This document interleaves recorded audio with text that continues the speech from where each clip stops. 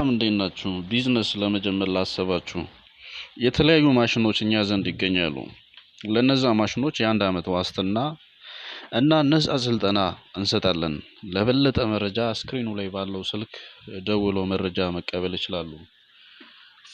ማሽኖችንም ሁሉ መመልከት ይችላሉ።